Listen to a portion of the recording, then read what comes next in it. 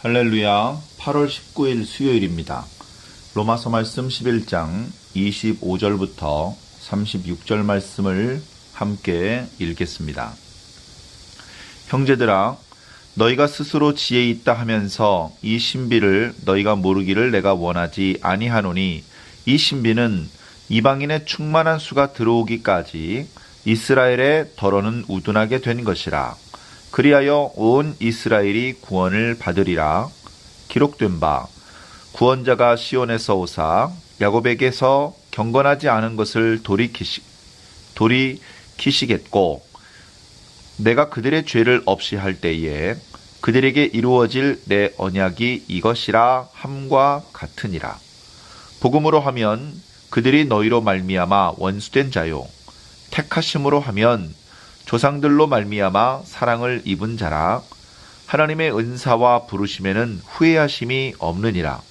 너희가 전에는 하나님께 순종하지 아니하더니 이스라엘이 순종하지 아니함으로 이제 긍휼을 입었느니라. 이와 같이 이 사람들이 순종하지 아니하니 이는 너희에게 베푸시는 긍휼로 이제 그들도 긍휼을 얻게 하려 하심이라.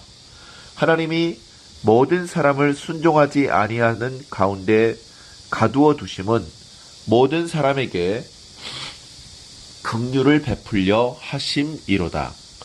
깊도다 하나님의 지혜와 지식에 풍성하며 그의 판단은 헤아리지 못할 것이며 그의 길은 찾지 못할 것이로다. 누가 주의 마음을 알았느냐? 누가 그의 모사가 되었느냐? 누가 주께 먼저 드려서 갚으심을 받겠느냐? 이는 만물이 주에게서 나오고 주로 말미암고 주에게로 돌아감이라. 그에게 영광이 세세에 있을지어다. 아멘. 네, 지난 시간에 우리는 참 감람나무의 본 가지는 아니었다. 우리는 돌 감람나무 가지였다. 그러나 믿음으로 우리는 참 감람나무 가지에 접붙임 바 되었다. 뿌리로부터 올라오는 진액을 공급받게 되었다. 하나님의 백성이 되었다. 구약시대에 하나님의 백성들이 받았던 언약의 말씀들의 수혜자가 되었다. 그런 말씀을 들었습니다. 우리는 그렇게 자격도 공로도 없이 하나님의 자비와 은총으로, 은혜로 하나님의 백성이 되었기 때문에 우리는 절대 자랑하거나 높은 데 마음을 둘 수 없다. 겸손해야 되고 또 오히려 두려워해야 되고, 그리고 하나님의 인자하심을 우리도 품고 살아야 된다. 그런 말씀을 드렸습니다. 사도 바울이 자꾸 이런 말씀들, 이방인 그리스도인들에게 권면의 말씀을 주시는 까닭은 그들이 그렇지 못하기 때문이죠. 오늘 말씀 첫 구절에 형제들아 너희가 스스로 지혜 있다 하면서, 이 말씀을 받고 있는 로마에 있는 이방인 그리스도인들은 스스로 지혜 있다라고 생각한다는 것입니다. 다시 말해서 스스로 믿음이 대단하다고 생각을 하고 있고, 스스로 복음을 받아들인 것에 대해서 자랑하고 있다.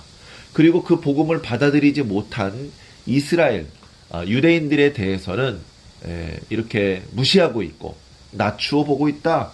그러나 그것은 온당한 것이 아니라는 것을 앞부분의 말씀에서도 말씀하고 계시고 지금도 계속해서 그 말씀을 주십니다. 너희들이 뭔가 하나님의 신비, 겉으로 잘 드러나지 않는 하나님의 마음, 하나님의 계획, 하나님의 뜻, 이런 걸 잘 모르기 때문에 그런 어리석은 마음의 태도를 보이고 있는데, 너희들이 이 하나님의 신비를 깨닫고 그런 어리석은 말과 행동을 더 이상 하지 않고 올바른 깨달음, 올바른 태도, 올바른 신앙을 가지기를 바란다. 그런 마음으로 사도 바울이 지금 말씀을 이어가고 있습니다. 이 신비라는 것은 무엇이냐? 바로 이방인의 충만한 수가 들어오기까지 이스라엘의 더러는 우둔하게 된 것이다. 쉽게 말씀드리면 이방인들이 충분히 구원 백성으로 참여할 때까지, 그때까지만 이스라엘의 일부가 또는 잠시 동안 우둔하게 되는 것이다.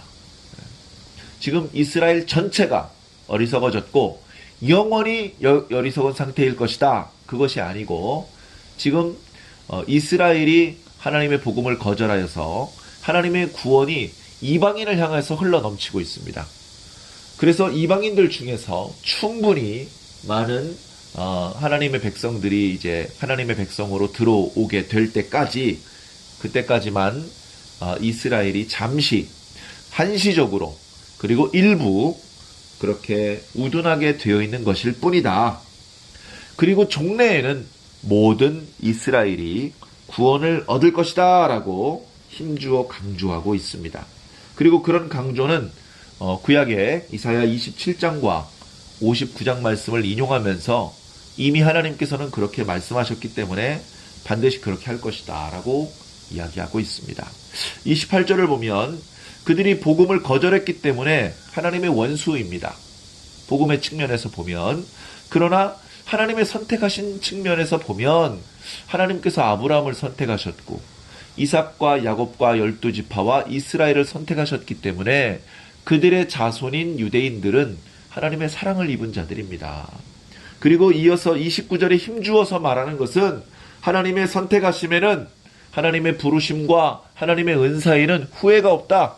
번복함이 없다. 한번 하나님의 백성으로 선택하신 그 사람들은 영원히 하나님의 백성이다. 그렇게 말씀하고 있는 것입니다.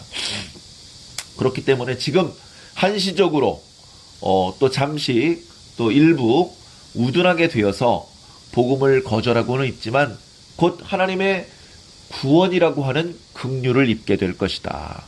너 이방인들도 바로 그 긍휼하신 하나님의 은혜를 입어서 구원받은 것 아니냐?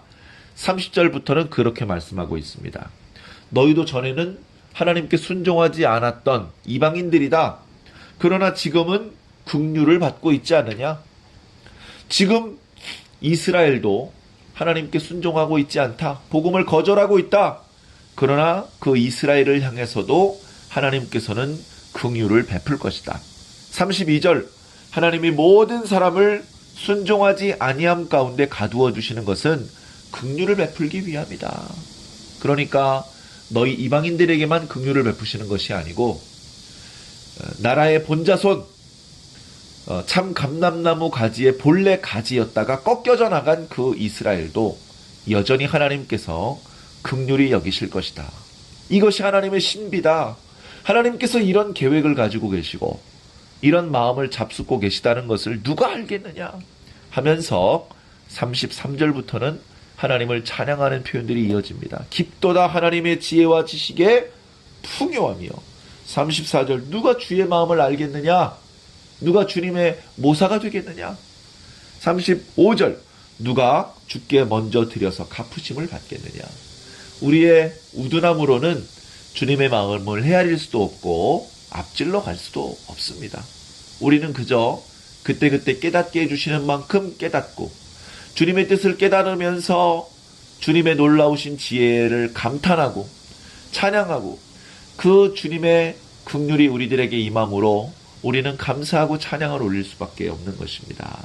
그래서 사도 바울도 그에게 영광이 세세 무궁토록 있을지어다 하는 찬양으로 9장부터 시작된 이스라엘 족속들의 구원에 대한 말씀을 마무리하고 있는 것입니다.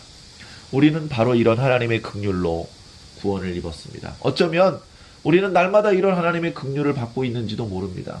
우리가 예수를 믿고 있지만 얼마나 완전합니까? 우리의 믿음은 얼마나 온전하고 우리들의 일상생활의 삶의 모습은 얼마나 온전합니까? 예수 믿고 많이 좋아졌지만 여전히 실수가 많고 여전히 하나님 앞에 온전하다는 표현을 얻기에는 너무나 부족한 것이 오늘 우리들의 모습이 아닙니까? 겸손해야 됩니다. 우리는 마지막 순간까지 겸손해야 되고 우리에게 긍휼과 자비와 인자와 은혜를 베푸신 하나님을 영원토록 찬양해야 될 것입니다. 현실에 부딪히는 어려움들이 있지만 그 어려움에 그 풍랑에 함몰되어서 우리에게 쏟아지고 있는 하나님의 은혜와 자비를 망각하고 감사와 찬양을 멈추는 어리석은 자가 될 것이 아니라 어려움 중에도 여전히 하나님을 찬양하고 하나님의 뜻대로 살며 하나님을 기쁘시게 하늘 할 수 있는, 하나님께서 원하시는 열매를 맺을 수 있는 저와 여러분들이 모두 되시기를 예수 그리스도 이름으로 간절히 축원합니다. 기도하겠습니다.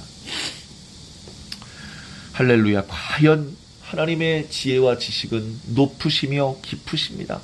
우리가 그것을 다 깨달을 수 없고 주님을 앞질러 갈 수가 없습니다.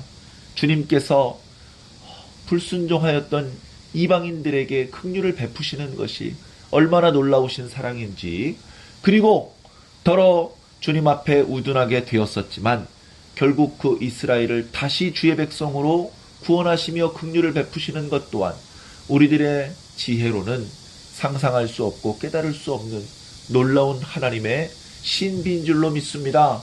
하나님 아버지, 당신의 뜻대로 행하시옵소서. 우리는 주님께서 당신의 뜻을 행하실 때에 기뻐하며 감사하며 찬양하기를 원합니다. 이 땅에 여러 어려움들이 있기 때문에 그 어려움들을 극복하기 위해서 주님께 도와주시기를 간구하겠지만, 그 짬짬이로 살아계신 하나님의 아름다우심과 그 지혜로우심을 날마다 감사하며 찬양할 수 있게 하시고, 하나님의 나라에 들어가서는 영원토록 주님을 찬양할 수 있기를 간절히 소망합니다. 주님, 홀로 영원토록 찬양과 영광을 받아 주시옵소서. 감사하며 예수님 이름으로 믿고 기도하옵나이다. 아멘.